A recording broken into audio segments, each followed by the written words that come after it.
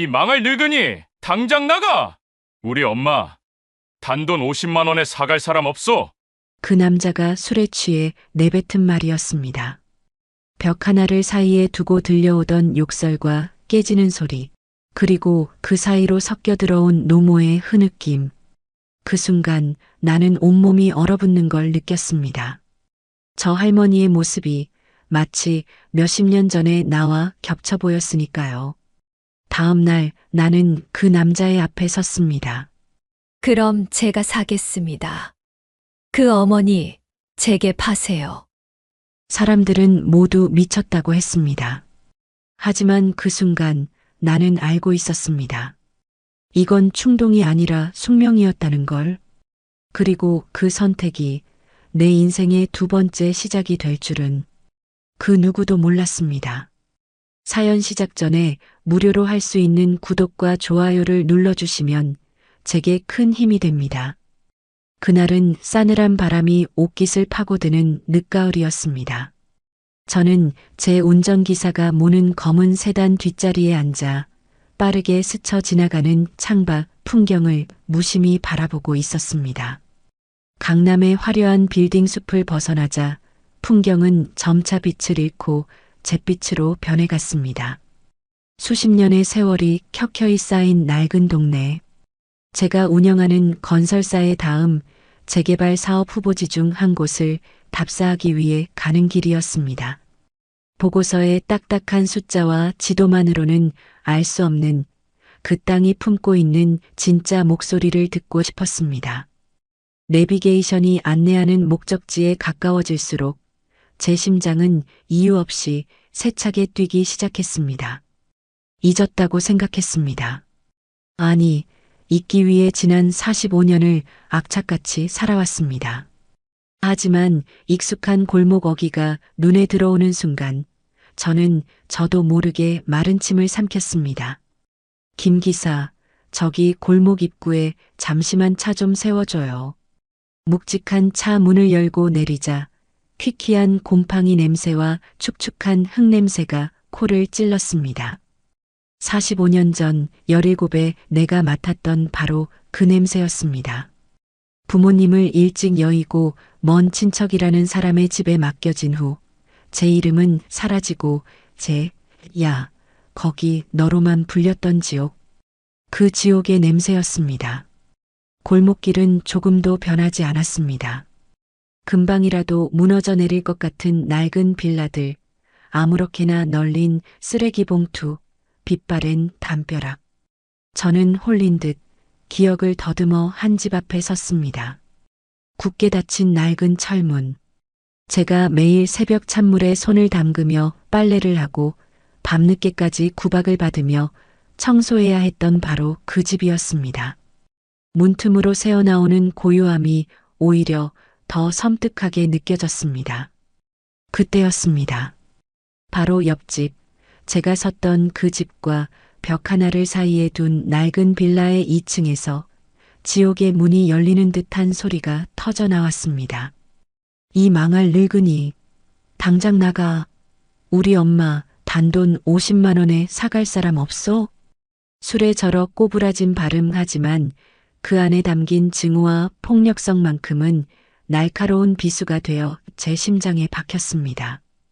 쿵, 무언가 벽에 세게 부딪히는 둔탁한 소리는 제 심장을 내려치는 듯했고 와장창, 사기 그릇이 박살나는 날카로운 파열음은 제 귓속 신경을 찢는 것 같았습니다. 그리고 그 모든 소음의 틈새를 비집고 들어오는 늙은 여인의 서러운 흐느낌. 그것은 단순한 울음소리가 아니었습니다. 한평생을 자식에게 쏟아부은 어미가 자신의 존재 자체를 부정당하는 순간에만 터져 나올 수 있는 뼈에서부터 우러나오는 절규였습니다. 그 순간 나는 온몸이 얼어붙는 걸 느꼈습니다. 단순히 시끄러운 소음에 대한 불쾌함이 아니었습니다. 제 등줄기를 타고 소름이 돋고 심장이 차갑게 식어내리는 듯한 그런 종류의 공포였습니다. 창문 너머로 희미하게 보이는 저 할머니의 모습이 마치 45년 전에 나와 겹쳐 보였으니까요. 나는 그때 17살이었습니다.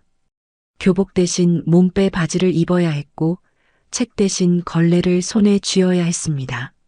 학교는 진작에 그만둬야 했고 제 손은 나이에 맞지 않게 거칠고 투박했습니다. 온몸이 불덩이 같던 어느 날 며칠째 이어진 몸살에 도저히 몸을 가눌 수가 없었지만 친척 아주머니는 제 머리채를 휘어잡고 마당으로 끌고 나갔습니다. 인연이 꾀병을 부려 당장 이 김치 다 안 담가 놓으면 오늘 넌 국물도 없는 줄 알아. 쏟아지는 욕설과 등짝을 후려치는 매질에 정신이 아득해졌습니다. 차가운 시멘트 바닥에 주저앉아 소금에 절여진 배추 포기들 사이에서 소리 없이 눈물만 흘렸습니다. 서러움보다 더 큰 것은 배고픔과 절망이었습니다. 이 지옥에서 나를 구해줄 사람은 아무도 없다는 것, 나는 그저 이 집의 노예처럼 살다 죽을 것이라는 공포. 바로 그때였습니다. 옆집 담벼락 너머로 저를 가만히 지켜보던 한 여인의 눈과 마주친 것은 아이 낳은 지 얼마 안 되어 보이던 젊은 아줌마. 그녀의 눈에는 놀람과 안쓰러움이 가득했습니다. 저는 너무 놀라 황급히 고개를 숙였지만 그 눈빛만큼은 잊을 수가 없었습니다. 그날 밤 끙끙 앓고 있는 제 방문을 몰래 열고 들어와 제 머리에 물수건을 올려주며 함께 밤을 새워준 사람. 그리고 다음 날 자신의 유일한 재산이었을 금반지를 제 손에 쥐어주며 속삭였던 사람. 은수가 이걸로 멀리 도망가. 여기서 더 있다간 정말 큰일 나. 그리고 지금 45년이라는 세월을 뛰어넘어 그날의 절망과 공포가 바로 그 옆집에서 고스란히 재현되고 있었습니다. 늙고 병든 몸으로 자식에게 구박받는 저 할머니의 처지가 그 시절 친척의 발길질 아래서 신음하던 내 모습과 포개졌습니다. 나는 차가운 분노에 휩싸여 차로 돌아왔습니다. 수십억짜리 강남의 아파트도 수백억대 자산도 성공한 사업가라는 명예도 지금 이 순간에는 아무런 위안이 되지 못했습니다. 저 비명을 외면한다면 내 인생 전부가 거짓이 되는 것만 같았습니다. 나는 평생을 과거의 그림자에서 벗어나기 위해 발버둥 쳐왔습니다. 하지만 결국 나는 여전히 17살의 그 지옥에서 한 발짝도 벗어나지 못했던 겁니다. 그날 밤 저는 잠을 이룰 수 없었습니다. 넓고 화려하지만 텅 빈 거실을 하염없이 서성였습니다. 커다란 통유리창에 비친 제 모습을 바라보았습니다. 값비싼 실크 잠옷을 걸친 성공한 사업가 박은숙. 하지만 그 너머로 낡고 해진 옷을 입은 채 공포에 떨고 있던 17살의 소녀가 울고 있었습니다. 그 남자의 고함과 노인의 흐느낌이 환청처럼 귓가를 맴돌았습니다. 새벽녘이 되어서야 저는 결심을 굳혔습니다. 45년 전 누군가 내게 손을 내밀어 주었듯 이제는 내가 그 손을 내밀 차례라고. 그것이 그 지옥에서 나를 살아남게 한 세상에 대한 내 유일한 의무라고. 다음 날 나는 다시 그 지옥의 골목을 찾았습니다. 화려한 세단도 말끔한 정장을 입은 운전기사도 없이 오직 혼자였습니다. 밤새 마신 술이 덜 깬 채 부스스한 얼굴로 문을 열던 김정호는 나를 위아래로 훑어보며 비죽거렸습니다. 아, 어제 저기 서성이던 아줌마 아니슈? 이 아침부터 웬일이실까? 그의 입에서 풍기는 역한 술 냄새와 비아냥거리는 말투에 속이 울렁거렸지만 저는 흔들리지 않았습니다. 내 뒤에 숨어 겁에 질린 눈으로 나를 쳐다보는 저 작고 늙은 여인을 지켜야 했으니까요. 나는 그제야 똑똑히 보았습니다. 멍든 팔, 헝클어진 머리, 모든 것을 체념한 듯 공허한 눈동자. 나는 지갑에서 현금 50만 원을 꺼내 그의 눈앞에 내밀었습니다. 내 손끝이 미세하게 떨리는 것을 느꼈지만 그것은 두려움 때문이 아니었습니다. 마침내 시작될 운명에 대한 전율이었습니다. 그럼 제가 사겠습니다.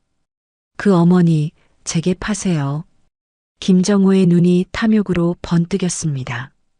그는 믿을 수 없다는 듯 저와 돈다발을 번갈아 쳐다보더니 이내 광기 어린 웃음을 터뜨렸습니다. 아, 이 양반이 진짜 돌았나? 줬소. 까짓 거 50만 원에 저 늙은이 당신한테 넘기지. 대신 다시는 내 앞에 나타나서 귀찮게 할 생각 마죠? 주변을 지나던 이웃 몇몇이 수군거리는 소리가 들렸습니다. 미쳤다고, 돈이 썩어나는 모양이라고.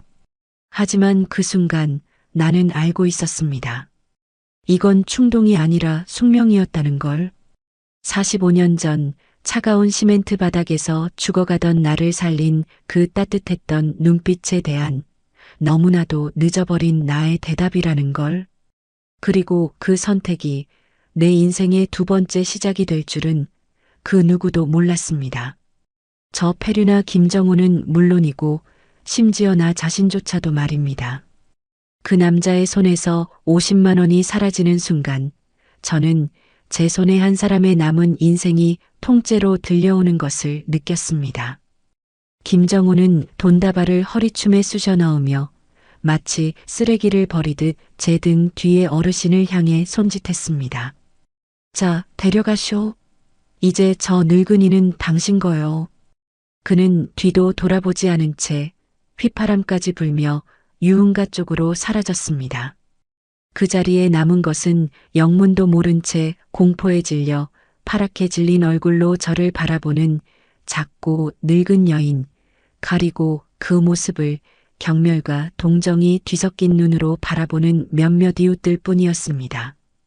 저는 어르신의 앙상한 팔을 조심스럽게 부축했습니다. 제 손에 닿는 팔은 살아있는 사람의 것이라고는 믿기지 않을 만큼 차갑고 가늘었습니다. 마치 금방이라도 부서져 내릴 것 같은 마른 나뭇가지 같았습니다. 어르신, 저와 함께 가시죠. 그 말에 어르신은 기겁하며 제 손을 뿌리치려 안간힘을 썼습니다.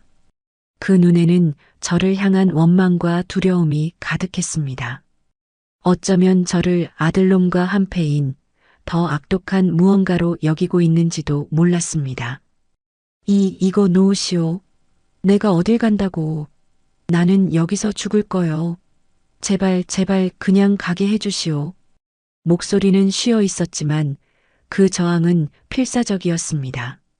저는 아무 말 없이 차를 대기시킨 골목 입구까지 어르신을 거의 반쯤 끌다시피 부축했습니다.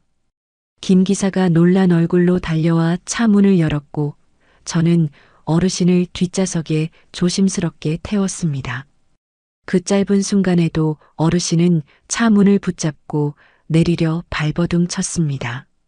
그 모습이 45년 전 어떻게든 그 지옥에서 벗어나려 몸부림치던 제 모습과 겹쳐 보여 심장이 아려왔습니다.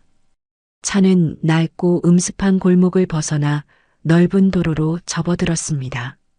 한강의 다리를 여러 개 건너고 풍경이 잿빛에서 총천연색으로 바뀌는 동안 차 안에는 숨막히는 침묵만이 흘렀습니다. 어르신은 좌석 한쪽 구석에 몸을 잔뜩 웅크린 채 창밖만 하염없이 바라보고 있었습니다. 그 옆모습에서 더 이상 눈물조차 흐르지 않는 모든 것을 체념한 자의 깊은 절망이 보였습니다. 제 강남 자택의 육중한 철문이 열리고 잘 가꿔진 정원이 모습을 드러냈을 때 어르신의 어깨가 더욱 움츠러드는 것을 느낄 수 있었습니다. 김 기사가 차 문을 열었지만 어르신은 꼼짝도 하지 않았습니다. 마치 거대한 성벽 같은 집의 위용에 압도당한 듯 그저 공포에 질린 눈으로 저를 쳐다볼 뿐이었습니다. 저를 어디로 데려오신 겁니까? 팔려온 값은 제가 평생 일해서 갚겠습니다. 제발 때리지만 말아주십시오. 그 한마디에 제 심장이 쿵 하고 바닥으로 떨어지는 것 같았습니다. 이분에게 세상은 온통 자신을 해하려는 자들 뿐이었던 겁니다. 저는 차 안으로 몸을 숙여 최대한 부드러운 목소리로 말했습니다. 아무것도 하지 않으셔도 됩니다. 여긴 어르신을 해칠 사람이 아무도 없는 곳이에요. 그저 잠시만이라도 편히 쉬게 해드리고 싶을 뿐입니다. 제 말에 어르신은 더욱 이해할 수 없다는 표정을 지었습니다. 저는 어르신의 손을 다시 한번 조심스럽게 잡았습니다. 제 손에 온기가 전해졌는지 어르신은 마지못해 차에서 내렸습니다. 집 안으로 들어서는 순간 어르신은 현관 앞에 우뚝 멈춰 섰습니다. 따뜻한 온기와 은은한 방향제 냄새, 대리석 바닥에서 반사되는 눈부신 조명. 평생을 어둡고 차가운 방에서 살아온 이에게는 이 모든 것이 외려 위협적으로 느껴졌을 겁니다. 마침 저를 마중 나온 집안 관리인이 어르신의 남루한 행색을 보고 미간을 찌푸리는 것을 저는 놓치지 않았습니다. 저는 관리인을 옆으로 불러 단호하지만 나지막한 목소리로 명령했습니다. 이분, 오늘부터 내가 모실 아주 귀한 분이시다. 내 어머니께 하듯 예의를 다해 모시도록 해. 조금이라도 소홀함이 보이면 그땐 자네가 내 집에서 나가게 될 줄 알아. 관리인의 얼굴이 하얗게 질렸습니다. 저는 다시 어르신께 다가가 깨끗한 실내화 한 켤레를 발 앞에 놓아드렸습니다. 어르신은 자신의 때 묻은 신발과 눈부시게 하얀 실내화를 번갈아 보더니 감히 발을 들이지 못하고 망설였습니다. 저는 직접 무릎을 굽혀 어르신의 낡고 해진 신발을 벗겨드렸습니다. 양말도 신지 않은 발은 퉁퉁 붓고 갈라져 있었습니다. 그 발을 보는 순간 저는 또다시 울컥 하고 치밀어 오르는 무언가를 억지로 삼켜야 했습니다. 우선 식사부터 하시죠. 제가 제일 좋아하는 걸로 차려두었습니다. 식탁에는 김이 모락모락 나는 따뜻한 쌀밥과 소고기 뭇국, 정갈한 나물 반찬들이 차려져 있었습니다. 어르신은 식탁 의자에 앉는 것조차 어색해하며 그저 밥그릇만 뚫어져라 쳐다보았습니다. 제가 수저를 손에 쥐어드리자 그제야 마지못해 밥을 한술 뜨기 시작했습니다. 그런데 이상한 점을 발견했습니다. 어르신은 반찬에는 거의 손도 대지 않고 맨밥만 허겁지겁 입에 밀어 넣었습니다. 그러다 제가 잠시 다른 곳을 보는 척하자 조기구이 한 점을 몰래 손으로 집어 자신의 옷소매 속에 감추는 것이었습니다. 그 순간 저는 숨을 쉴 수가 없었습니다. 얼마나 굶주리고 얼마나 눈치를 보며 살아왔으면 이 풍족한 식탁 앞에서도 음식을 훔쳐 숨겨야만 했을까? 45년 전 친척 집에서 남은 음식을 몰래 숨겨뒀다가 들켜 죽도록 맞았던 제 모습이 눈앞에 선명하게 떠올랐습니다. 저는 애써 태어난 척 어르신의 밥그릇 위에 가장 큰 조기 살점을 올려드렸습니다. 어르신, 이거 드세요. 생선이 아주 맛있네요. 앞으로 매일 어르신 좋아하시는 걸로 상다리가 부러지게 차려드릴 겁니다. 그러니 숨기지 않으셔도 돼요. 제 말에 어르신은 화들짝 놀라며 옷소매 속에 감췄던 생선 조각을 떨어뜨렸습니다. 그리고 그 순간 꾹 참아왔던 눈물이 어르신의 깊게 팬 주름을 타고 쉴 새 없이 흘러내리기 시작했습니다. 소리 없는 오열이었습니다. 저는 아무 말 없이 그저 어르신의 등이 잠잠해질 때까지 가만히 어깨를 쓸어드릴 뿐이었습니다. 그날 밤 저는 어르신을 위해 가장 아늑하고 따뜻한 손님방을 준비했습니다. 새로 준비한 부드러운 잠옷과 푹신한 거위털 이불. 하지만 어르신은 침대에 누울 생각을 하지 않고 차가운 방바닥에 웅크리고 누우려 했습니다. 이런 좋은 곳에서 제가 어떻게 잠을 잡니까? 저는 그냥 저기 구석에서 쭈그려 자면 됩니다. 안 됩니다, 어르신. 이제 이곳이 어르신 방이에요. 이 침대도, 이 이불도 다 어르신 겁니다. 다시는 차가운 바닥에서 주무시게 하지 않을 겁니다. 제가 강권하다시피 어르신을 침대에 눕히고 이불을 덮어드리자 어르신은 낯선 부드러움에 어쩔 줄 몰라 하며 눈을 감았습니다. 어르신이 잠든 것을 확인하고 방을 나온 저는 곧장 제 서재로 향했습니다. 그리고 망설임 없이 수화기를 들었습니다. 제 회사의 모든 법률 자문을 맡고 있는 대한민국 최고의 로펌 대표 오 변호사였습니다. 오 변호사님, 접니다. 어제 말씀드렸던 건 아니요. 마음 변치 않았습니다. 지금 바로 시작해 주십시오. 우선 그 인간 김정우 명의로 된 모든 재산 내역부터 샅샅이 뒤져주세요. 아마 어르신 명의의 재산을 불법적으로 증여받거나 빼돌린 정황이 분명히 있을 겁니다. 그리고 상습 존속 폭행, 학대에 대한 증거도 수집해야 합니다. 제가 가진 모든 걸 동원해서라도 그 인간을 법의 심판대에 세워야겠습니다. 하나도 남김없이 그가 저지른 죗값을 전부 치르게 만들어야 합니다. 수화기 너머로 오 변호사의 침착한 목소리가 들려왔습니다. 제 목소리가 얼마나 분노로 떨리고 있었는지 저는 그때 깨달았습니다. 전화를 끊고 저는 조용히 어르신의 방문을 다시 열었습니다. 어르신은 10년 만에 처음인 듯 뒤척임도 신음소리도 없이 깊은 잠에 빠져 있었습니다. 그 평온한 얼굴을 내려다보는 순간 저는 깨달았습니다. 이것은 단순한 보훈이나 복수가 아니라는 것을, 이것은 한 인간의 존엄성을 되찾는 싸움이자 45년 전 지옥 속에서 기적처럼 살아남은 내가 이제 또 다른 누군가에게 기적이 되어 주어야 할 숙명이라는 것을, 싸움은 이제 막 시작되었습니다. 그리고 저는 절대로 물러서지 않을 것입니다. 가을 햇살이 거실 깊숙이 스며드는 나른한 오후였습니다. 어르신은 폭신한 소파에 기대앉아 제 무릎에 덮인 캐시미어 담요의 부드러운 감촉을 연신 손으로 쓸어보고 있었습니다. 제 집에 오신 지 일주일. 그 사이 어르신의 깡마른 뺨에는 희미하게 혈색이 돌기 시작했고 밤마다 끙끙 앓던 신음소리도 잦아들었습니다. 하지만 평온은 언제나 수면 위에 떠있는 얇은 살얼음 같아서 작은 충격에도 금세 깨져버릴 듯 위태로웠습니다.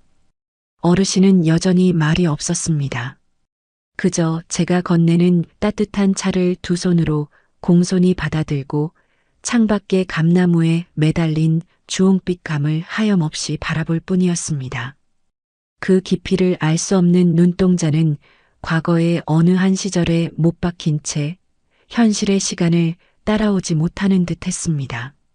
저는 묻지 않았습니다. 수십 년간 골마 터진 상처는 한순간에 드러내는 것만으로도 사람의 혼을 빼놓을 수 있다는 것을 제 과거의 경험으로 너무나 잘 알고 있었기 때문입니다. 그저 매일 아침 영양 가득한 전복죽을 쑤어 올리고 점심에는 부드러운 생선살을 발라밥 위에 얹어드렸습니다.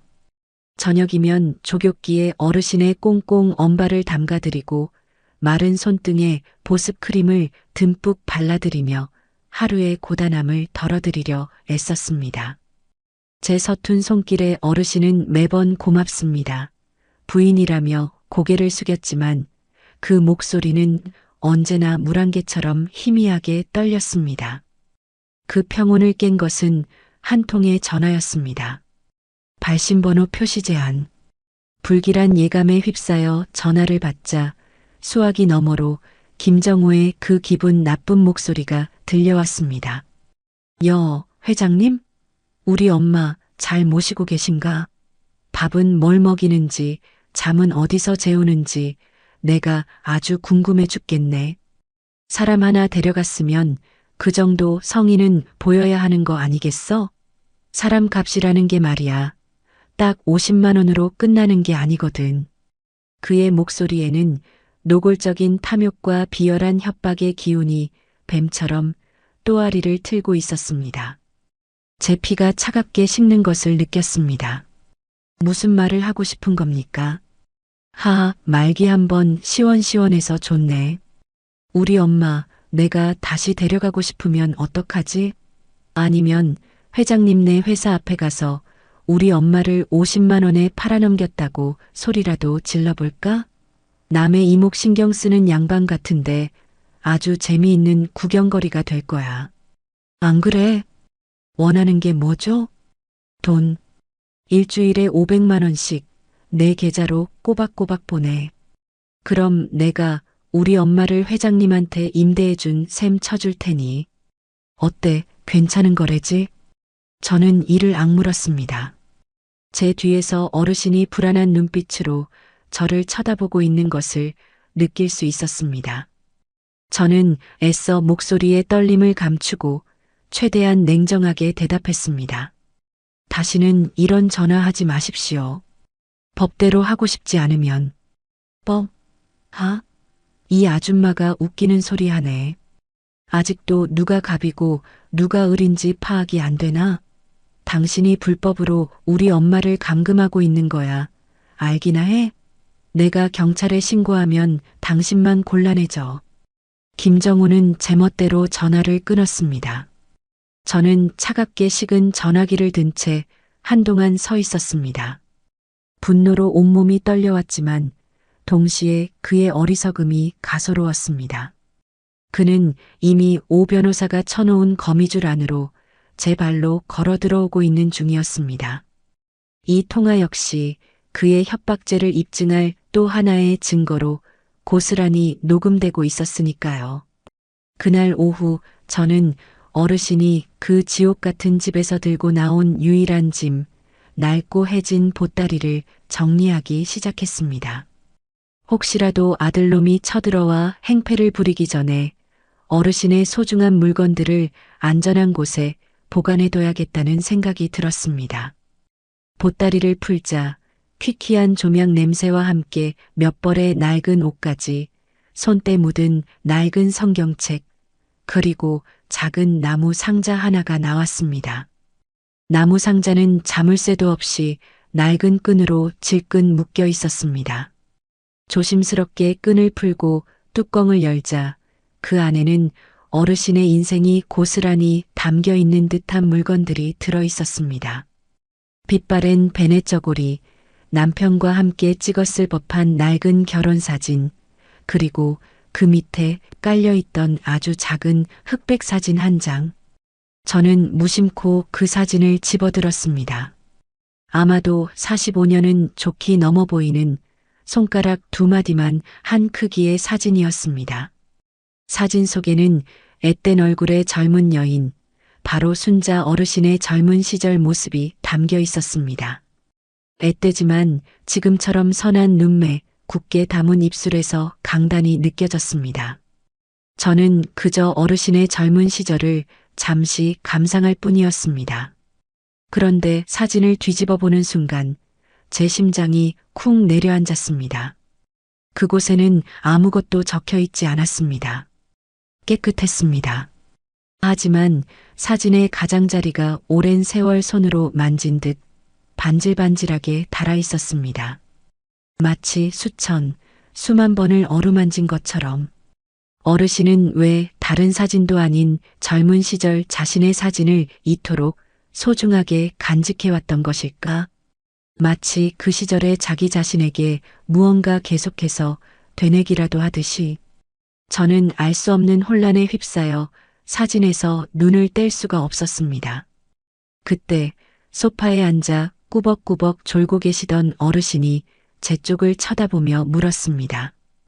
부인 뭘 그리 보고 계시오? 저는 너무 놀라 저도 모르게 사진을 등 뒤로 감췄습니다. 마치 들켜서는 안 될 비밀을 훔쳐보기라도 한 사람처럼 심장이 세차게 뛰었습니다. 아닙니다, 어르신. 그냥 옛날 물건들을 정리하고 있었습니다. 제 말에 어르신은 다시 고개를 돌려 창밖을 바라보았습니다. 하지만 그 눈빛은 더 이상 텅 비어 있지 않았습니다. 아주 희미하지만 분명한 그리움과 슬픔, 그리고 깊은 죄책감이 뒤섞인 복잡한 감정의 그림자가 스쳐 지나가는 것을 저는 보았습니다. 어쩌면 어르신은 제가 무엇을 보고 있었는지 이미 알고 있었던 건지도 모릅니다. 그날 밤 저는 어르신이 잠든 것을 확인하고 서재에서 그 흑백 사진을 다시 꺼내 들었습니다. 스탠드 불빛 아래서 사진을 이리저리 비춰보았습니다. 45년 전 37의 순자 어르신. 그녀는 어떻게 이 사진을 보며 지난 세월을 버텨왔을까? 이 사진을 어루만지며 무슨 생각을 했을까? 그 안에는 어떤 약속과 어떤 후회와 어떤 다짐이 담겨 있는 것일까? 제 손안에 이 작은 흑백 사진 한 장이 앞으로 벌어질 거대한 폭풍의 눈이 될 것이라는 사실을 저는 그때 어렴풋이 직감하고 있었습니다. 이것은 단순한 보은이 아니었습니다. 45년 전 시작된 아직 끝나지 않은 어떤 운명의 한가운데에 내가 서 있다는 불길한 예감이 들었습니다. 그 작은 흑백 사진 한 장은 제 고요하던 세상에 던져진 거대한 돌멩이와 같았습니다. 밤이면 밤마다 저는 서재에 홀로 앉아 스탠드 불빛 아래서 그 낡은 사진을 들여다보았습니다. 젊은 시절 어르신의 단아한 얼굴, 그리고 사진에 반질반질하게 달아버린 모서리. 그것은 마치 수만 번의 밤을 눈물로 어루만진 흔적처럼 보였습니다. 제 심장은 끝을 알 수 없는 심연으로 가라앉는 듯 했습니다. 어르신은 왜 젊은 날 자신의 사진을 보며 그토록 오랜 세월을 버텨왔던 것일까? 그 안에는 어떤 후회와 어떤 다짐이 담겨 있는 것일까? 지난 며칠 저는 어르신이 잠든 밤이면 어김없이 그 시절의 악몽에 시달렸습니다. 차가운 시멘트 바닥, 온몸을 후려치던 매질, 그리고 그 지옥 속에서 저를 향해 손을 내밀던 한 여인. 그 기억의 끝에는 항상 알 수 없는 죄책감에 시달리는 어르신의 얼굴이 맴돌았습니다. 의심의 씨앗은 한번 싹을 틔우자 걷잡을 수 없이 자라나 제 심장을 온통 휘감았습니다. 더 이상은 안 되겠다 싶었습니다. 저는 이 비밀을 반드시 내 손으로 파헤쳐야만 했습니다. 다음 날 아침 저는 제 비서들 중 가장 신임하고 일처리가 칼 같은 박 실장을 집무실로 불렀습니다. 박 실장, 다시 한번 사람을 좀 찾아봐야겠어. 저는 박 실장에게 어르신의 사진을 건네는 대신 제가 아는 모든 정보를 알려주었습니다. 45년 전 내가 살았던 그 동네, 최순자라는 분의 과거를 다시 조사해줘. 특히 1980년 가을 무렵 그분에게 무슨 일이 있었는지, 가족, 친구, 이웃, 돈 문제 그 어떤 것이라도 좋으니 아주 사소한 것 하나까지 전부 알아내. 이번에는 내가 직접 듣지 못했던 그 이면의 이야기를 알아야겠어. 박 실장은 제 비장한 표정을 읽었는지 아무것도 묻지 않은 채 굳은 얼굴로 돌아섰습니다. 그날 이후 집안의 공기는 더욱 무겁게 흘러갔습니다. 저는 어르신 앞에서 아무렇지 않은 척 더 살갑게 굴었습니다. 함께 정원을 산책하고 새로 나온 드라마를 보며 웃고 어르신이 좋아하시는 쑥개떡을 함께 만들기도 했습니다. 어르신은 제 노력 덕분인지 조금씩 과거의 그늘에서 벗어나 소녀처럼 웃는 순간도 있었습니다. 하지만 저는 알고 있었습니다. 우리 두 사람 사이에는 아직 건너지 못한 깊고 어두운 강이 흐르고 있다는 것을. 시간은 속절없이 흘러 박 실장에게 조사를 지시한 지 꼭 열흘째 되던 날이었습니다. 그는 약속대로 제 앞에 두툼한 보고서 한 뭉치를 내려놓았습니다. 회장님, 최순자 씨의 과거 행적에 대한 최종 보고입니다. 찾으시는 내용이 이 안에 있을 겁니다. 저는 떨리는 손으로 보고서의 첫 장을 넘겼습니다. 거기에는 어르신의 가족관계, 재산 내역 등 지난번과 비슷한 정보들이 정리되어 있었습니다. 하지만 보고서의 마지막 장, 1980년 가을, 주요 주변인 증언 기록이라는 항목에서 제 눈은 멈췄습니다. 당시 동네에서 구멍가게를 운영했다는 한 할머니의 증언이 녹취록 형태로 담겨 있었습니다. 순자? 아이고 말도 마. 그 사람처럼 착하고 속 깊은 사람이 없었지. 그때만 해도 37, 아주 꽃다운 나이였어. 남편 일찍 여의고 아들 정우 하나 데리고 억척같이 살았지. 근데 그 아들이 어릴 때부터 몸이 약해서 병원 신세를 많이 졌어.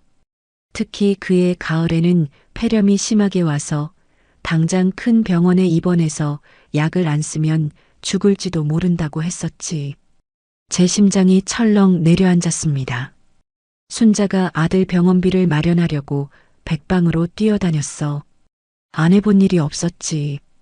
그러다 마지막으로 시어머니한테 물려받은 금반지 하나를 팔려고 내놨었어. 그때 그 금반지면 애 병원비 대고도 남을 큰돈이었지. 내가 그걸 사주기로 하고 약속한 날 가게에서 기다리고 있었는데 그날 순자가 끝내 나타나지 않았어. 왜 나타나지 않았습니까? 나도 그게 궁금해서 며칠 뒤에 찾아갔지. 근데 순자 얼굴이 반쪽이 되어 있는 거야. 아들은 여전히 골골대고 있고. 그래서 내가 물었지. 금반지는 어쨌냐고. 그랬더니 순자가 글쎄 옆집에 새로 들어온 부모도 없이 친척 집에 얹혀 사는 불쌍한 애가 있는데 그 애가 죽도록 맞고 있는 걸 보고 차마 외면할 수가 없었다는 거야. 그래서 그 금반지를 그의 손에 쥐어주고 서울로 도망가라고 했다더군. 저는 숨을 쉴 수가 없었습니다. 그럼 아드님은 어떻게 됐습니까? 다행히 죽지는 않았어. 동네 사람들이 십시일반 돈을 모아줘서 겨우 고비는 넘겼지. 하지만 그때 제대로 치료를 못 받아서 그런지 평생을 골골대면서 자랐어. 순자는 그 아들 때문에 평생을 죄인처럼 살았지. 자기 때문에 아들이 저렇게 됐다고 자기가 나쁜 어미라고 밤마다 아들 잠든 거 보면서 울던 사람이 순자야. 그러니 저런 짐승 같은 놈이 나올 수밖에다 제 팔자라고 자기가 지은 죄를 받는 거라고 입버릇처럼 말했었지. 보고서는 거기서 끝이었습니다. 저는 텅 빈 눈으로 보고서의 마지막 문장을 하염없이 바라보았습니다. 세상의 모든 소리가 사라지고 제 귓가에는 오직 어르신의 그 깊은 한숨 소리만이 울려 퍼지는 듯 했습니다. 이제야 모든 조각이 맞춰졌습니다. 왜 어르신이 그토록 자신의 젊은 시절 사진을 어루만졌는지, 그것은 아들을 버리고 저를 택했던 그날의 자기 자신을 평생 꾸짖고 원망하며 살아온 처절한 속죄의 장표였던 것입니다. 아, 뜨거운 무언가가 제 가슴 속에서부터 터져나왔습니다. 그것은 슬픔도 분노도 감사함도 아니었습니다. 그 모든 것을 뛰어넘는 인간의 숭고한 희생 앞에서 느끼는 처절한 경외심이었습니다. 저는 보고서를 든 채 비틀거리며 거실로 향했습니다. 어르신은 여전히 창가에 앉아 뜨개질을 하고 있었습니다. 저는 어르신 앞에 조용히 무릎을 꿇었습니다. 어르신은 뜨개질을 멈추고 의아한 눈으로 저를 바라보았습니다. 왜 그러시오, 부인? 무릎은 왜? 저는 고개를 들 수가 없었습니다. 바닥으로 뜨거운 눈물이 뚝뚝 떨어졌습니다. 저는 울먹이며 간신히 입을 열었습니다. 어르신 왜 그러셨어요? 왜 저 같은 걸 살리시느라 어르신 아들을 왜? 제 말에 어르신의 얼굴이 하얗게 굳어졌습니다. 손에 들고 있던 뜨개질 실타래가 바닥으로 굴러떨어졌습니다. 어르신은 당황과 혼란이 뒤섞인 눈으로 저를 바라보며 몸을 뒤로 물렸습니다. 부인께서 지금 무슨 말씀을 제가 부인을 살리다니요? 저는 흐느끼며 어르신의 무릎을 붙잡았습니다. 그리고 그제야 제 정체를 밝혔습니다. 어르신 저예요. 45년 전 그 지옥 같은 집에서 어르신이 금반지를 쥐어주며 도망치게 해주셨던 그 계집아이 은숙이에요. 박은숙 바로 접니다. 제 고백에 어르신의 눈이 일생일대의 충격을 받은 듯 믿을 수 없다는 듯 크게 뜨였습니다. 어르신은 떨리는 손으로 제 얼굴을 어루만졌습니다. 주름진 손끝으로 제 눈과 코, 입을 더듬으며 마치 기억의 조각들을 맞추려는 듯 필사적으로 저를 확인했습니다. 내가 정말 그 은숙이란 말이냐, 살아있었구나. 이렇게 멋지게 커주었구나. 어르신은 부인도 아가씨도 아닌 45년 전의 기억 속 그 소녀를 부르듯 저를 은숙아라고 불렀습니다. 그리고는 제 어깨를 붙잡고 오열했습니다. 저는 그런 어르신을 부둥켜 안았습니다. 제가 어르신께 평생을 갚아도 모자랄 빚을 졌습니다. 제가 감히 어르신의 그 숭고한 희생을 어떻게 해. 어르신은 제 등을 토닥이며 함께 울었습니다. 아니다, 은숙아. 아니다, 다 운명이었지. 하늘이 나를 그리로 보냈던 게야. 그러니 너는 죄책감 가질 것 없다. 그저 살아남아줘서 이렇게 멋지게 커줘서 고맙다. 정말로 고맙다. 저는 어르신의 그 말에 주저앉은 채로 소리내어 울었습니다. 45년 전 저를 살린 것은 단순히 금반지 하나가 아니었습니다. 한 사람의 인생 전부였습니다. 이제 이 싸움의 의미는 완전히 달라졌습니다. 이것은 더 이상 단순한 보은이나 복수가 아니었습니다. 이것은 저를 위해 모든 것을 희생한 한 여인의 빼앗긴 인생을 되찾아주는 제게 주어진 유일하고도 신성한 의무였습니다. 김정호. 그 인간은 이제 내 인생 전부를 걸고서라도 가장 처참하고 고통스러운 방식으로 무너뜨려야만 하는 절대적인 악이 되었습니다.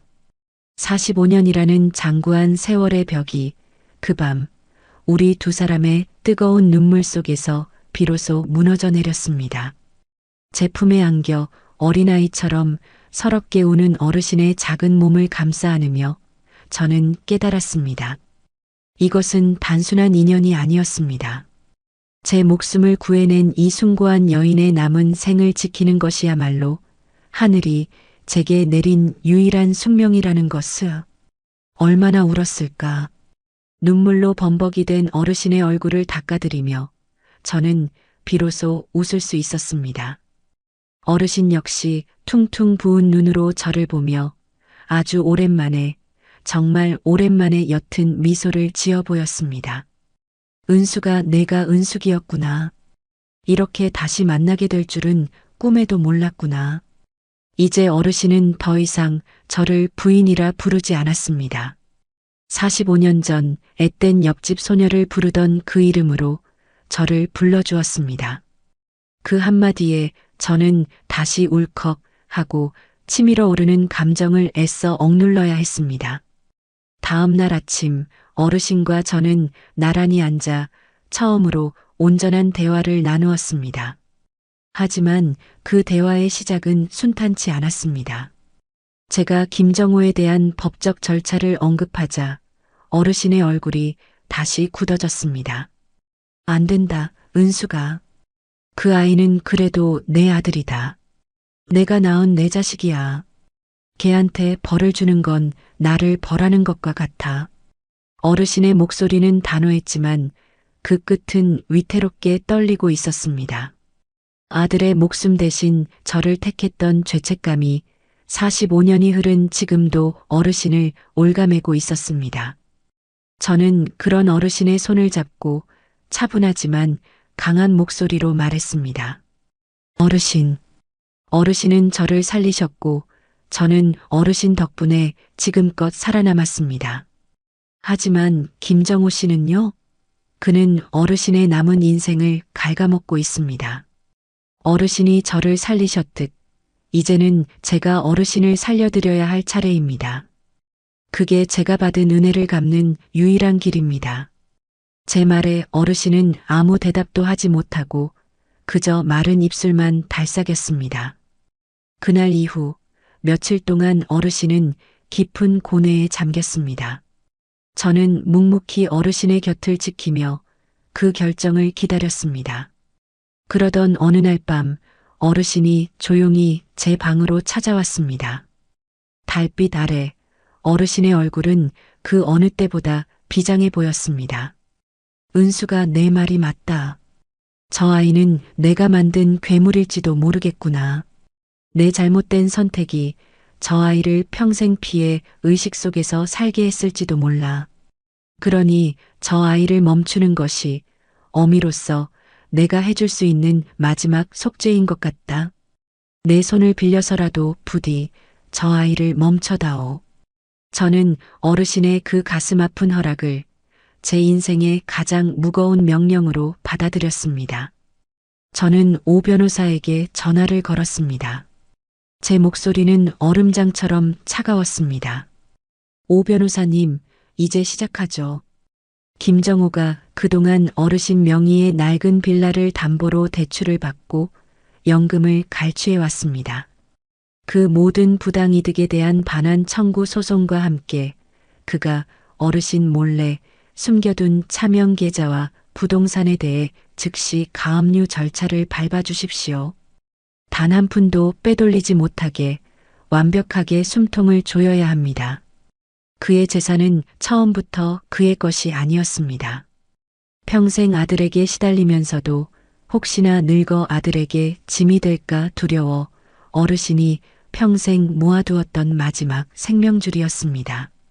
저는 그 모든 것을 제자리로 돌려놓을 참이었습니다. 그와 동시에 저는 제가 가진 또 다른 무기를 사용하기로 했습니다. 바로 언론이었습니다. 저는 가장 신뢰하는 경제부 기자에게 연락해 김정호의 이야기를 익명으로 흘렸습니다. 수백억 자산가로 알려진 유명 건설사 회장의 주변을 맴도는 수상한 남자, 그의 정체는 늙은 노모의 연금까지 갈취의 도박으로 탕진한 패류나? 라는 자극적인 제목으로 말입니다. 여론이라는 보이지 않는 칼날이 김정호의 목을 서서히 겨누기 시작한 것입니다. 예상대로 김정호는 미친 개처럼 날뛰기 시작했습니다. 자신의 통장이 모두 정지되고 사채업자들에게 쫓기는 신세가 되자 그는 하루가 멀다 하고 제게 전화를 걸어 온갖 욕설과 협박을 퍼부었습니다. 야, 박은숙, 너 지금 나랑 해보자는 거지? 당장 가압류 안 풀어? 내가 내년 회사까지 찾아가서 다 뒤집어 엎어버릴 줄 알아. 저는 그의 발악을 차가운 조소와 함께 들었습니다. 김정호 씨, 당신이 갈 곳은 내 회사가 아니라 경찰서입니다. 당신이 저지른 죗값을 치를 준비나 하시죠. 며칠 뒤 저는 김정호에게 직접 만나자는 연락을 취했습니다. 그는 의외라는 듯 그러나 덥석 제안을 받아들였습니다. 우리는 한적한 호텔의 스카이라운지에서 마주 앉았습니다. 그는 수척해진 얼굴로 도끼 어린 눈으로 저를 노려보고 있었습니다. 돈 때문에 보자고 한 거면 꿈깨. 내 놈한테 줄 돈은 단 10원도 없으니까. 제 말에 그가 테이블을 주먹으로 내리치며 소리쳤습니다. 돈? 누가 돈 달래? 당신이 뭔데 내 인생에 끼어들어?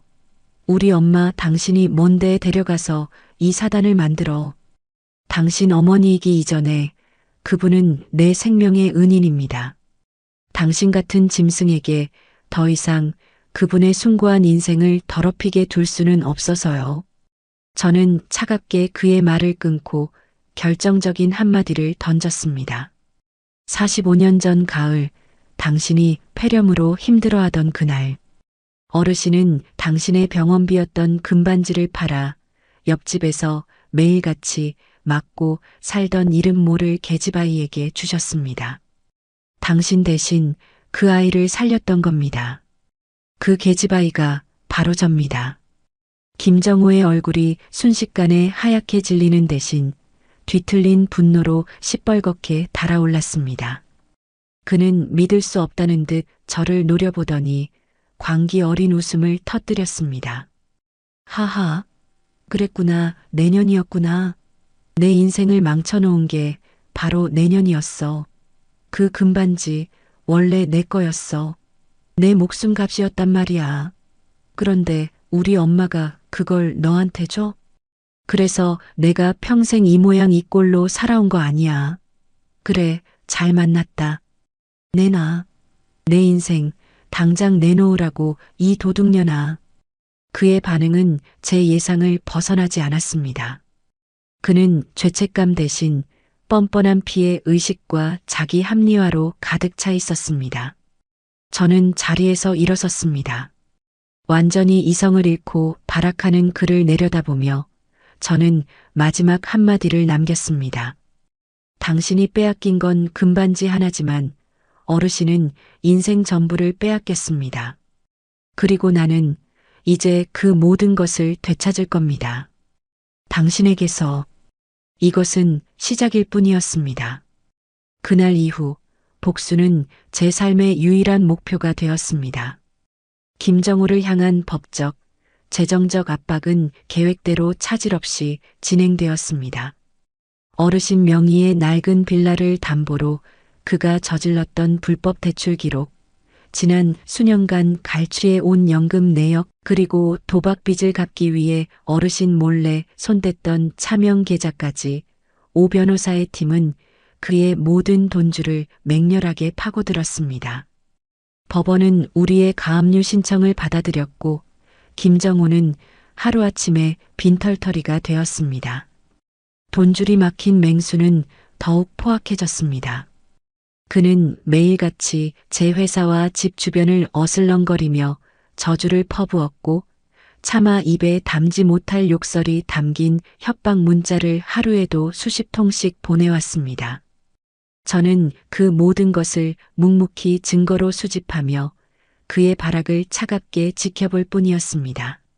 어르신은 그 모든 상황을 불안한 눈으로 지켜보면서도 제 곁을 묵묵히 지켜주었습니다. 밤이면 잠 못 드는 저를 위해 따뜻한 대추차를 끓여주었고 낮이면 정원을 함께 걸으며 제 손을 말없이 잡아주었습니다. 그 주름진 손에서 전해져 오는 온기는 이 지독한 싸움을 버텨나갈 수 있는 유일한 힘이었습니다. 우리는 서로에게 서로의 구원이 되어주고 있었습니다. 하지만 김정우는 제가 예상했던 것보다 훨씬 더 교활하고 비열한 놈이었습니다. 벼랑 끝에 몰린 그는 자신이 가진 마지막 무기를 꺼내 들었습니다. 바로 피해자 코스프레였습니다.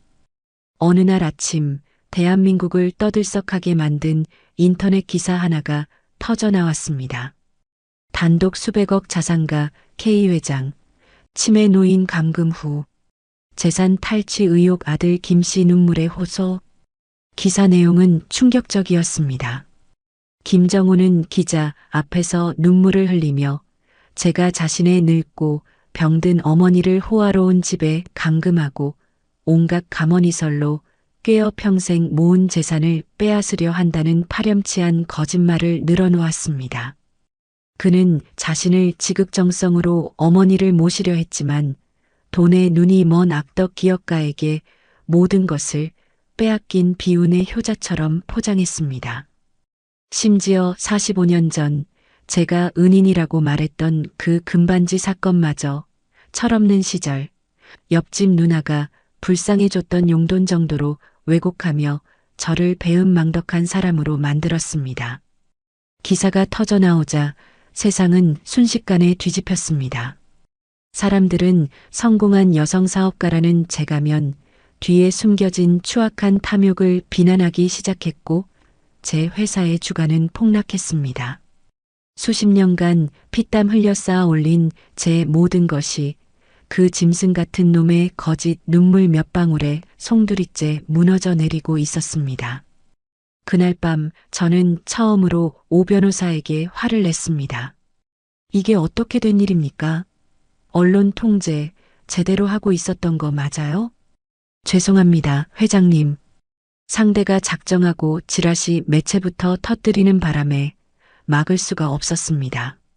지금은 오히려 섣불리 대응했다간 논란에 기름을 붓는 격이 될 수 있습니다. 저는 입술을 깨물었습니다. 분노로 온몸이 떨렸지만 이성을 잃어서는 안 되었습니다. 김정우가 원하는 것은 바로 이것, 제가 흥분해서 실수를 저지르는 것이었을 겁니다. 그때였습니다. 서재 문이 조용히 열리고 어르신이 들어왔습니다. 어르신의 손에는 제가 그토록 찾아 헤맸던 바로 그 낡은 나무 상자가 들려 있었습니다. 은수가 다 봤다. 어르신은 제 앞에 상자를 내려놓으며 나지막이 말했습니다. 그 눈빛은 더 이상 불안에 떨지 않았습니다. 슬픔과 분노, 그리고 단단한 결의가 그 깊은 눈 안에서 이글거리고 있었습니다. 저놈이 감히 내게 이런 누명을 씌우는구나. 이 늙은 어미를 방패 삼아 제 목숨을 구해준 은인에게 칼을 꽂아 내가 저놈을 잘못 키웠다. 내 죄가 너무나도 크다. 어르신은 상자를 열었습니다. 그리고 그 안에서 빛바랜 통장 하나를 꺼내 제게 건넸습니다. 이건 내가 떠난 후 내가 평생을 모은 돈이다. 식당 일을 하고 남의 집 허드렛 일을 하면서 밥을 굶고 옷 한 벌 사입지 않으면서 악착같이 모은 돈이야. 언젠가 정호가 아빠 없이 자란 서름을 딛고 일어설 때 집이라도 한 채 마련해주고 싶어서. 하지만 저놈은 이 돈마저 도박으로 모두 날려버렸지. 이건 저놈이 내게서 훔쳐간 내 피와 눈물이 담긴 증거다. 저는 떨리는 손으로 그 통장을 받아들었습니다.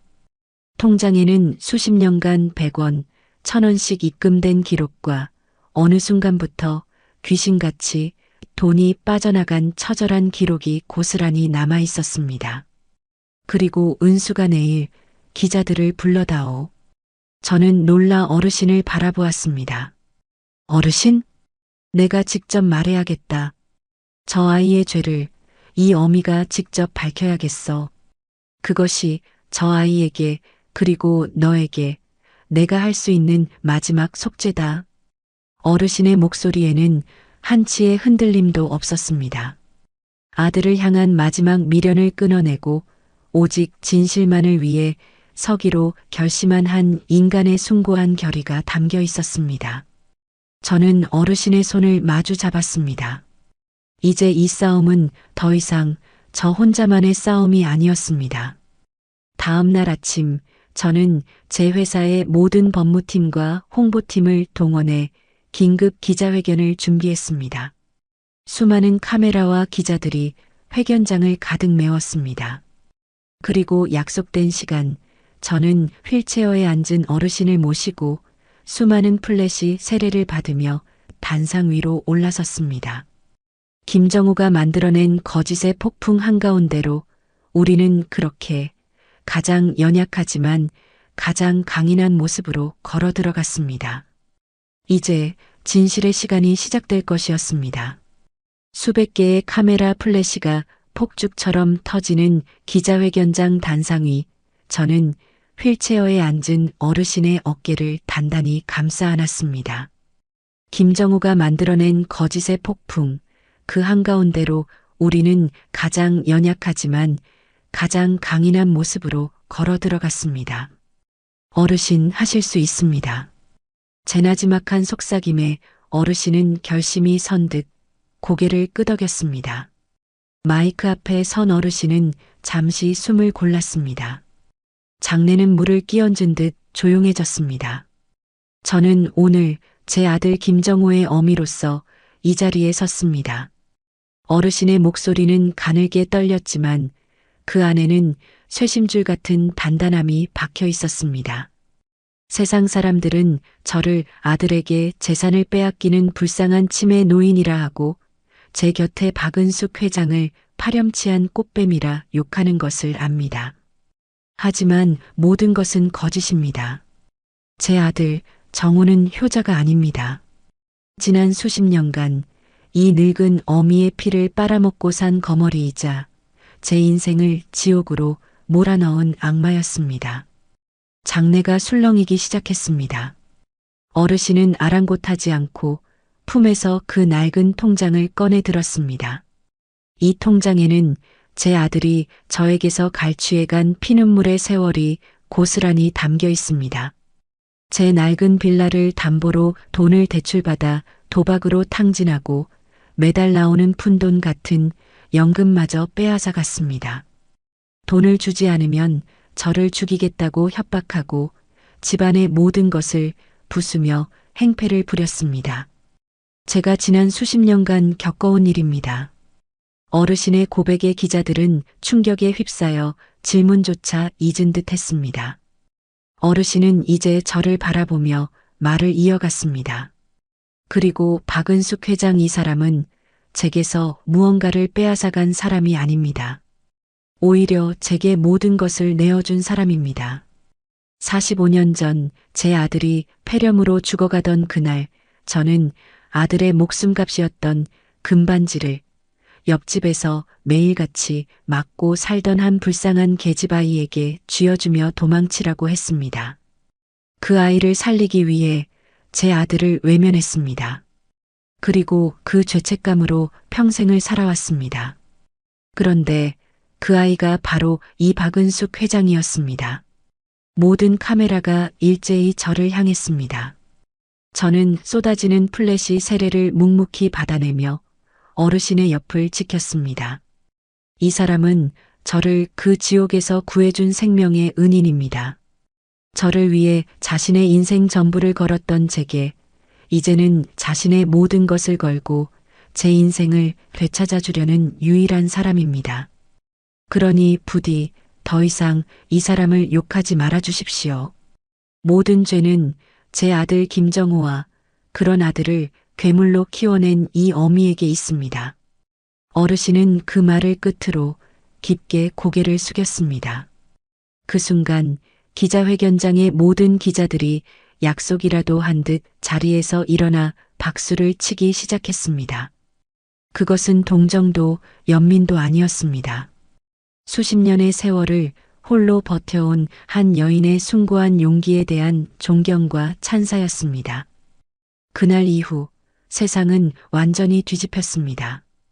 어르신의 눈물 어린 고백은 모든 언론의 헤드라인을 장식했고 김정호의 파렴치한 거짓말은 만천하에 드러났습니다.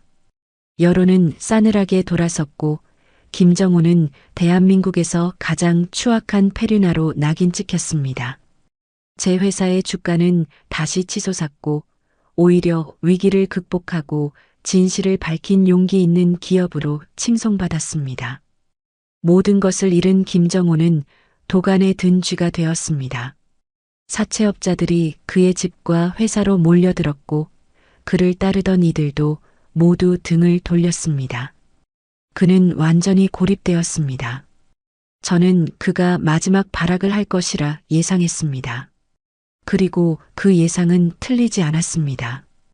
오 변호사는 김정호가 해외로 도주할 가능성을 제기하며 출국금지 신청을 했고 저는 그의 마지막 발악이 어르신을 향할 것이라 직감했습니다.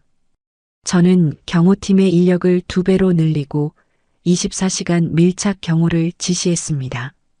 특히 어르신이 정기적으로 물리치료를 받는 병원에는 사복 경호원들을 미리 배치해 만일의 사태에 대비했습니다. 며칠 뒤 비가 억수같이 쏟아지던 오후였습니다. 어르신의 물리치료가 끝나고 제가 부축하여 병원 복도를 나서는 순간이었습니다. 저 멀리서 술에 절어 흐트러진 몰골의 김정호가 이쪽을 향해 미친 듯이 달려왔습니다. 엄마, 내 엄마 내놔.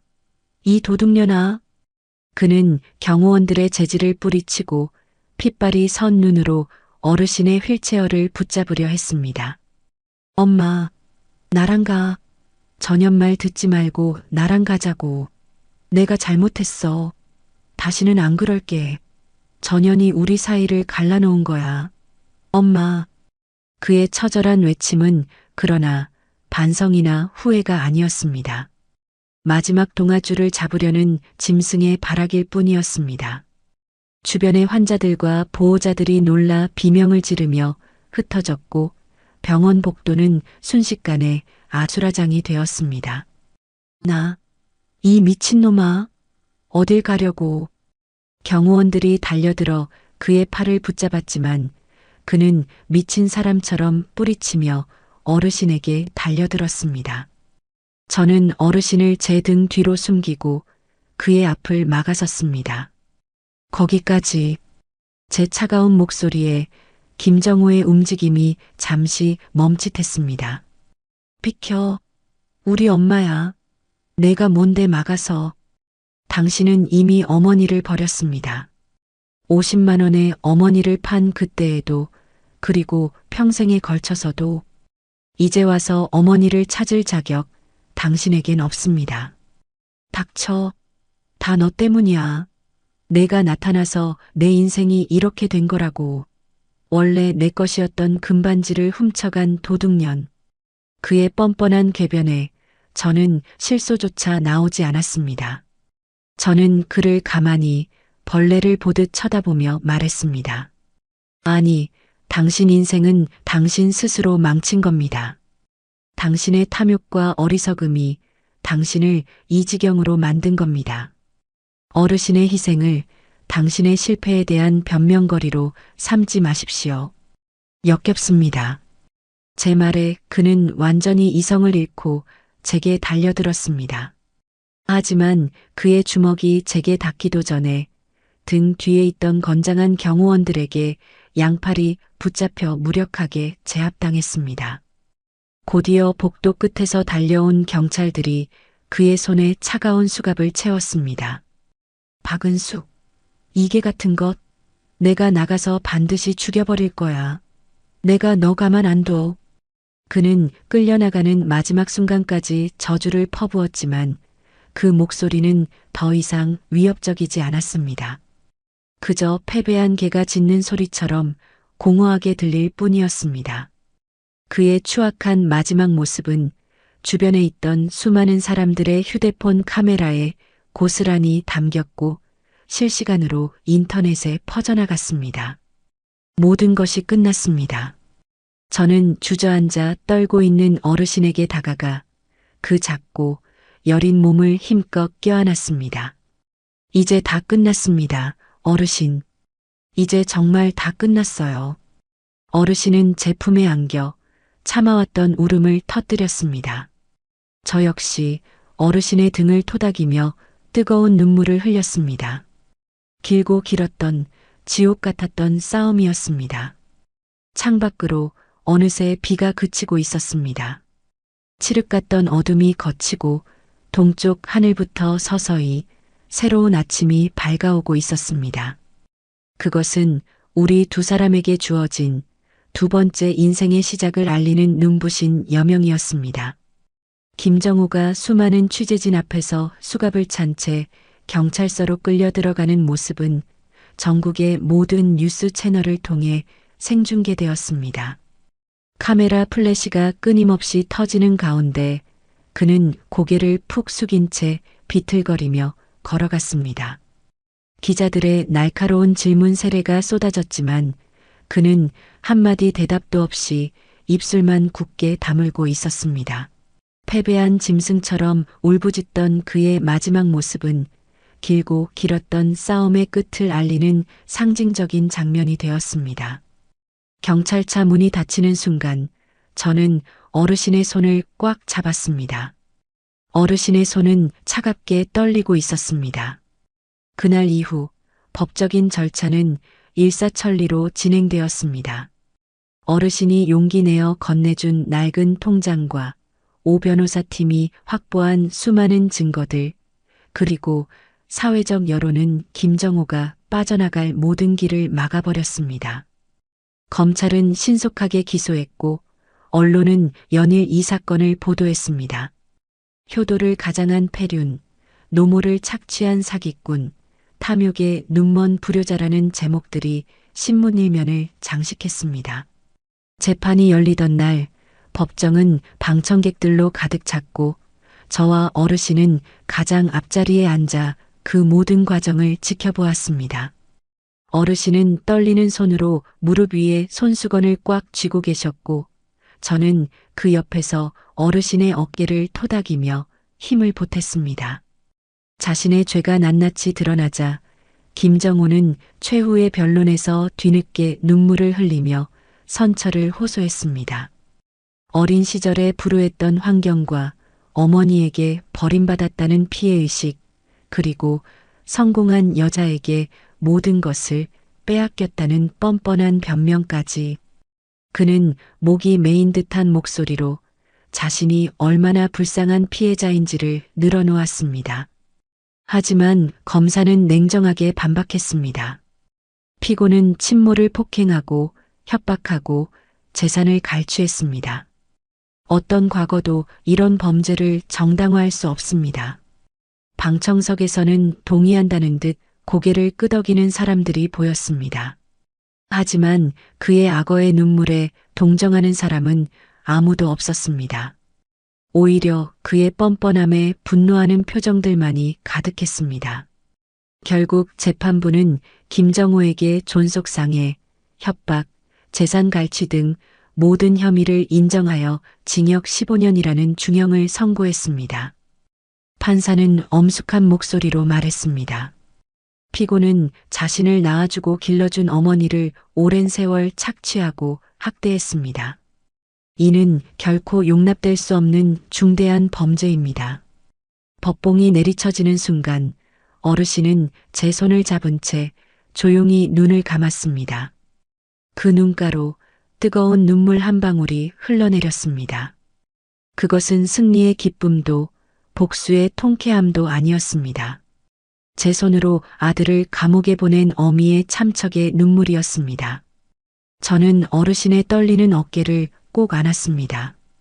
법정을 나서는 우리의 발걸음은 무겁기만 했습니다. 모든 것이 끝났습니다. 지긋지긋했던 싸움도, 밤잠을 설치게 했던 불안도, 세상의 손가락질도. 김정호는 교도소로 수감되었고 그의 재산은 어르신께 돌아왔으며 우리를 괴롭혔던 사람들은 모두 사라졌습니다. 하지만 제 마음속에는 통쾌함 대신 휑한 바람만이 불었습니다. 마치 인생의 전부였던 목표가 사라져버린 듯한 허탈감이었습니다. 수개월 동안 온 정신을 쏟아부었던 싸움이 끝나고 나니 남은 것은 텅 빈 공허함 뿐이었습니다. 복수의 끝은 이토록 허무한 것이었을까? 저는 밤마다 잠들지 못하고 천장을 바라보며 이런 생각에 잠겼습니다. 그날 이후 저와 어르신에게는 평온한 일상이 찾아왔습니다. 아침이면 함께 정원을 가꾸고 점심이면 맛있는 음식을 만들어 나누어 먹고 저녁이면 나란히 앉아 드라마를 보며 웃고 울었습니다. 어르신은 장미를 키우는 것을 좋아하셨고 저는 허브를 심어 요리에 사용했습니다. 주말이면 근처 시장에 함께 나가 신선한 재료를 사오기도 했습니다. 그토록 바라던 평범한 일상이었지만 우리는 그 안에서 온전히 행복하지만은 않았습니다. 어르신은 아들을 감옥에 보냈다는 죄책감에 종종 밤잠을 설쳤고 저 역시 복수라는 이름 아래 한 인간을 파멸로 이끌었다는 씁쓸함을 지울 수 없었습니다. 우리는 말없이 서로의 고통을 이해하며 조용히 서로를 위로했습니다. 어느 봄날 우리는 함께 어르신의 고향 집이 있던 동네를 찾았습니다. 버스를 타고 2시간을 달려 도착한 그곳은 개발의 물결에 휩쓸려 완전히 변해버려 있었습니다. 옛날의 낮은 기와집들은 사라지고 그 자리에는 높은 아파트들이 빼곡히 들어서 있었습니다. 좁았던 길은 넓은 아스팔트 도로로 바뀌었고 정겨웠던 구멍가게들은 편의점으로 대체되어 있었습니다. 모든 것이 변해버린 그곳에서 유일하게 남은 것은 낡은 골목길 끝에 서 있는 오래된 느티나무 한 그루뿐이었습니다. 수백 년은 되어 보이는 그 나무는 세월의 흔적을 고스란히 담은 채 우뚝 서 있었습니다. 어르신은 그 나무 아래 멈춰서서 아련한 눈빛으로 나무를 올려다보았습니다. 봄바람에 흔들리는 연두색 새잎들이 햇살을 받아 반짝이고 있었습니다. 저 나무 아래서 정호가 아장아장 걸음마를 배웠지. 넘어지면 울다가도 내가 손을 내밀면 금세 방긋 웃던 아이였는데 어르신의 목소리는 떨리고 있었습니다. 그 눈에는 아득한 추억이 어려 있었습니다. 저는 아무 말 없이 어르신의 어깨를 감싸 안았습니다. 어르신에게 김정호는 악마이기 이전에 가슴으로 낳아 기른 아픈 손가락이었습니다. 첫걸음을 뗄 때의 기쁨도, 첫말을 할 때의 감격도, 학교에 입학하던 날의 뿌듯함도 모두 생생한 기억으로 남아있을 것입니다. 그 천륜을 어찌 쉽게 끊어낼 수 있겠습니까? 어미의 사랑은 아무리 배신당해도 완전히 사라지지 않는 법입니다. 어르신, 언젠가 김정호 씨를 용서할 수 있으시겠어요? 제 조심스러운 질문에 어르신은 한참 동안 말이 없었습니다. 나무를 올려다보던 시선이 천천히 내려와 멀리 보이는 산을 향했습니다. 봄빛이 가득한 산은 연초록으로 물들어 있었습니다.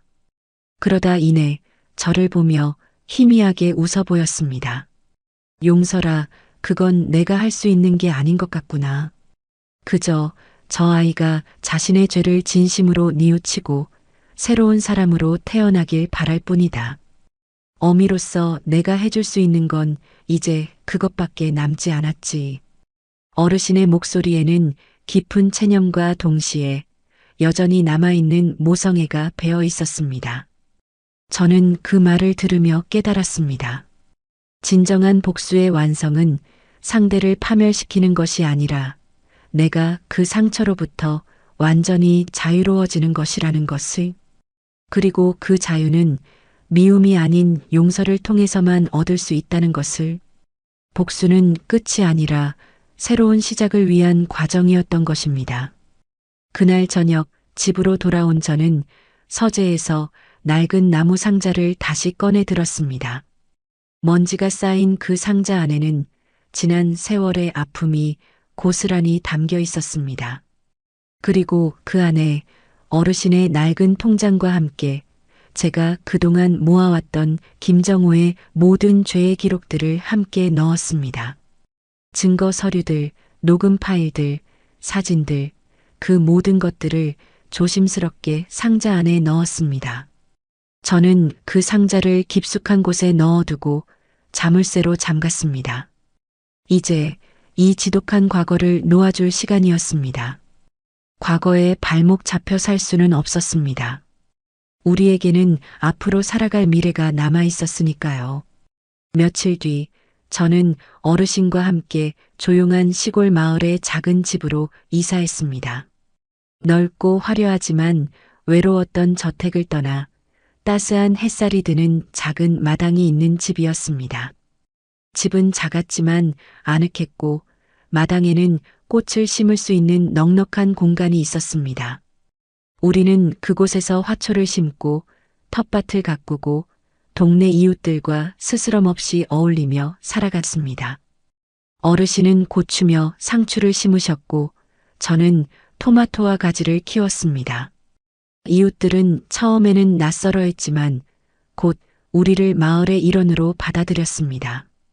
동네 할머니들과 함께 장을 보러 가기도 하고 마을 잔치에 참여하기도 했습니다. 그곳에서의 삶은 단순했지만 진정으로 평화로웠습니다. 어느 화창한 오후 마당의 평상에 앉아 함께 강아지를 쓰다듬던 어르신이 문득 제게 물었습니다. 마당에는 우리가 함께 키운 강아지 한 마리가 뛰어놀고 있었고 꽃들은 만개하여 향기를 풍기고 있었습니다. 은수가, 너는 이제 행복하냐? 저는 어르신의 질문에 잠시 하늘을 올려다보았습니다. 파란 하늘 위로 흰 구름이 유유히 흘러가고 있었습니다. 새들이 지저귀는 소리가 들렸고 봄바람이 볼을 스쳤습니다. 저는 어르신을 보며 진심으로 활짝 웃었습니다. 네, 어르신. 이제 정말 행복합니다. 제 대답에 어르신도 마주 웃었습니다. 주름진 눈가에 따스한 햇살 같은 미소가 번졌습니다. 45년이라는 기나긴 세월을 돌아 비로소 제자리를 찾은 두 영혼은 그렇게 서로를 마주보며 웃고 있었습니다. 그 순간 저는 깨달았습니다. 진정한 행복은 화려함이 아니라 평범함 속에 있다는 것을, 그리고 사랑하는 사람과 함께하는 순간이 바로 천국이라는 것을. 복수는 끝났지만 우리의 이야기는 아직 끝나지 않았습니다. 용서와 화해라는 어쩌면 더 어렵고 긴 숙제가 남아있을지도 모릅니다. 하지만 이제 우리는 혼자가 아니었습니다. 서로의 상처를 보듬고 서로의 온기에 기대며 우리는 함께 남은 인생을 걸어갈 것입니다.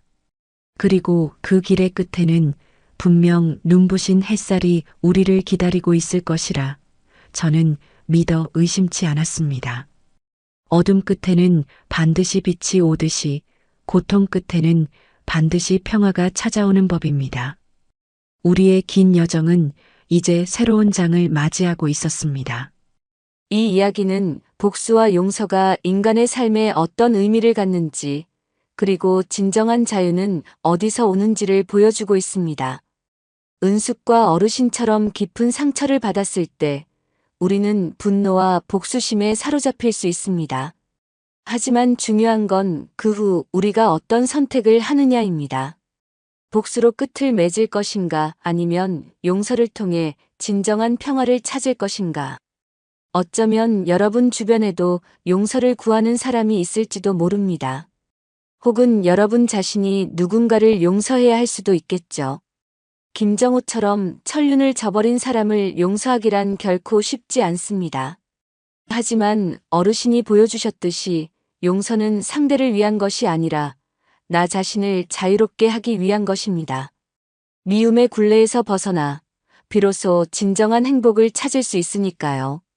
과거는 바꿀 수 없지만 미래는 우리의 손에 달려 있습니다. 오늘의 이야기가 여러분의 마음에 작은 위로와 용기가 되었기를 바랍니다.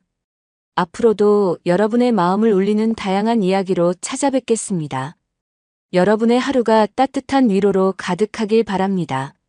채널 구독과 좋아요도 잊지 말고 부탁드립니다.